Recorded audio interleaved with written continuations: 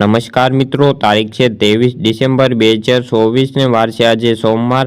આજે છે વિશ્વ ખેડૂત દિવસ। બધાય મિત્રોને હાર્દિક શુભકામનાઓ પાઠવું છું।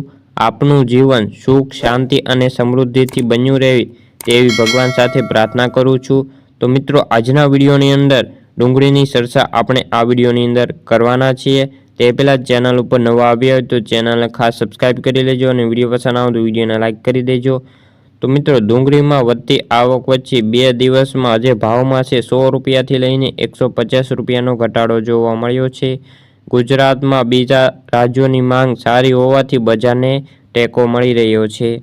ડુંગળી બજારમાં નવા માલની આવકો વધતા ભાવમાં છેલ્લા 2 દિવસથી 100 રૂપિયાથી લઈને 150 રૂપિયાનો ઘટાડો જોવા મળ્યો છે। મહુવામાં આવકો ખુલે ત્યાં 2 લાખ કટ્ટાની આવક સામે સારી આવક રહેવાથી બજાર તૂટી પડી છે।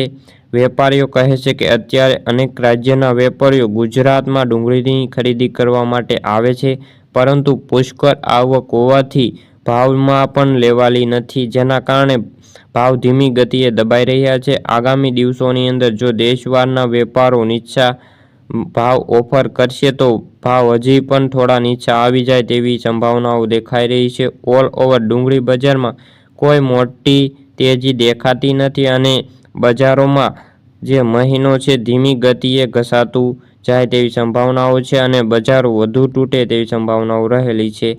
જાન્યુઆરીમાં નાસિકની આવકો કેવી આવે છે તેના ઉપર ભાવના નિકાસના વેપારો ચાલુ થાય તો બજારને ફરી સુધારો થાય તેવી સંભાવનાઓ દેખાઈ રહી છે। એ સિવાય કોઈ મોટો મૂવમેન્ટ દેખાતી નથી। રાજકોટમાં ડુંગળીની નવી આવકો જે 2,500 કટ્ટાની સામે ભાવની વાત કરીએ 130થી લઈને 651।